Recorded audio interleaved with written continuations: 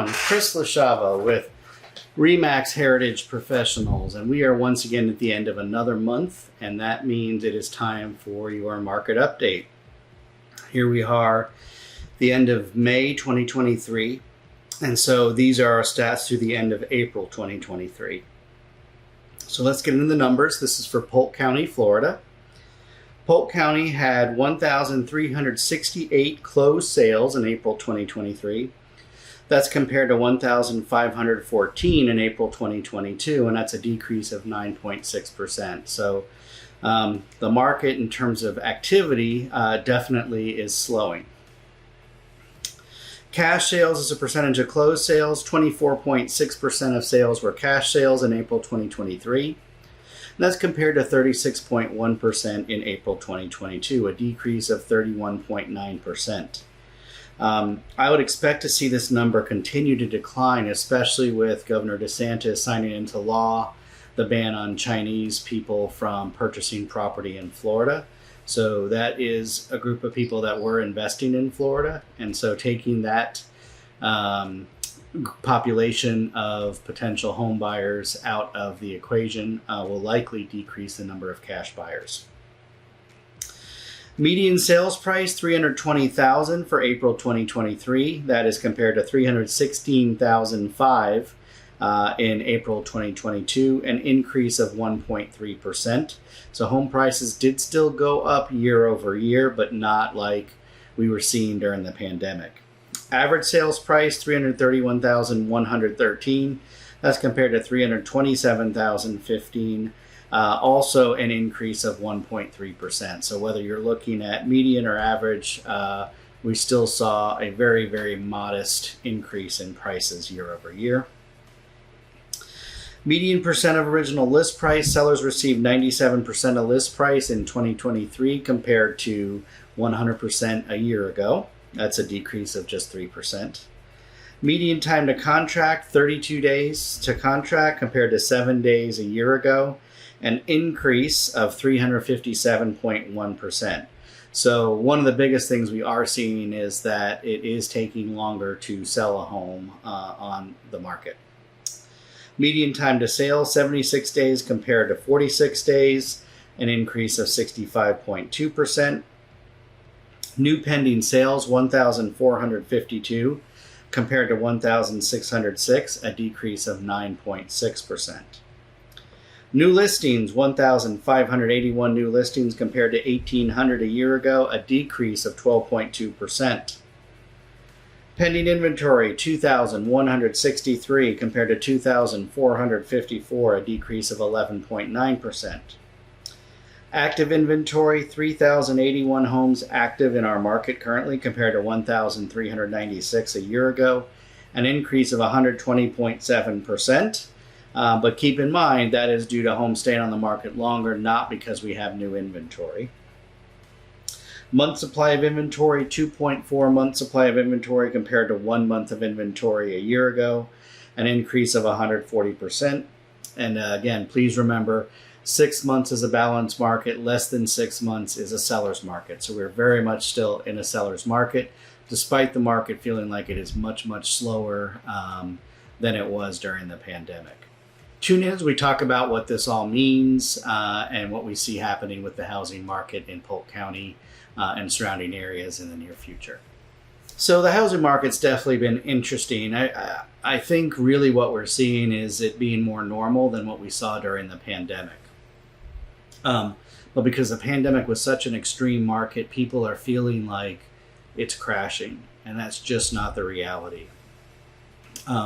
Prices overall remained relatively stable. Winter Haven went down about 5% if you looked at the average, if that looked at the median, but for average sales price, it actually went up. So I'd still say we're looking at moderate price gains overall. Countywide, it was 1.3%. The reality is that the housing market can best be defined as, despite high mortgage rates, I know in the last week they went back up over 7% again. Despite those high mortgage rates, demand is still there. So the desire to own a home is outweighing the higher mortgage rates. I think people have recognized or come to realize that the 3% we saw, 2.5% we saw during the pandemic was abnormal. That's not something they should expect or wait for. And so they realized that from a historical context, 6% really isn't that bad. And so people are still out there looking at the market. The problem with the market is that in the end, there just isn't that much inventory. So, and in fact, I think what we're going to see overall is inventory is going to continue to decrease. And the reason for that is the people that purchased their homes during the pandemic that have those 2.5%, 3% interest rates aren't going to sell.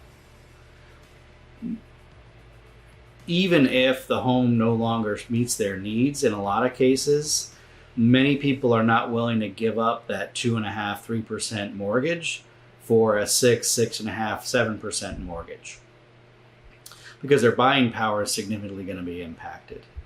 Now, having said that, they also probably don't realize they have a lot of equity because their home values increase, especially if they bought right before the pandemic. Their home prices may have doubled. And so they may be able to use that equity to buy down, to put more money down. And so they may even still be able to have maybe a slightly higher mortgage payment every month, but a significantly bigger house. But I think a lot of people haven't factored the equity piece into the equation yet. They're looking at 2.5% or 3%, comparing it to 6, 6.5%, 7%, and saying, no way, I can't make that trade. And so I'm going to stay in a house that doesn't suit me. So until we see those home buyers decide to start selling, the resale market is going to be pretty stagnant in terms of seeing new listings or a flood of new listings.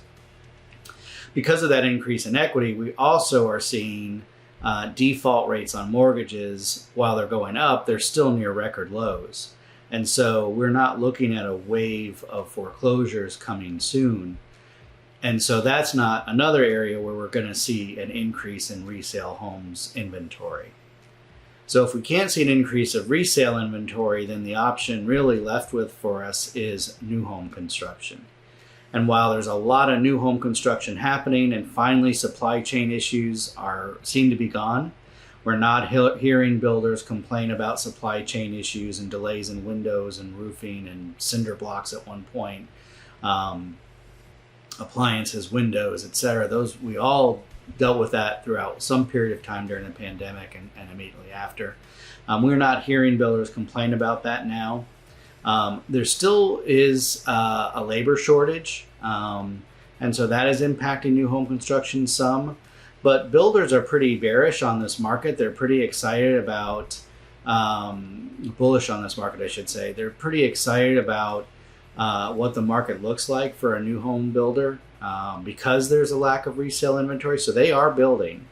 They're offering some incentives, which a lot of the bigger builders can afford to do, to help offset the higher mortgage rates. And they are selling homes relatively quickly. And they want to keep the momentum going. So if I were a home buyer out there right now, I would really seriously consider looking at new home construction. And pretty soon here in the near future, I'm going to try to start focusing on highlighting some new home communities in the Polk County area, just so you have an awareness of what's out there. But there are lots of communities coming up. Lake Alfred's seen a lot of growth. Lake Wales has seen a lot of growth. And in those two communities, you can get a little bit more money a little more house for your money. But Lakeland, Winter Haven, Davenport, Haines City, all seeing extensive amount of growth. I attended a kind of a training that the East Polk County Association of Realtors put on last week, and it featured representatives from the city of Winter Haven, the city of Haines City, Polk County, and Auburndale, all talking about growth in Polk County and how they're handling it. As you can expect, a lot of questions were about traffic patterns and how to navigate the traffic increase in traffic due to all the construction. And they're working on that. But the reality is that Polk County is the 5th fastest growing county in the country. So There is a lot of new home construction. There's a lot of growth in Polk County. Our little secret is out.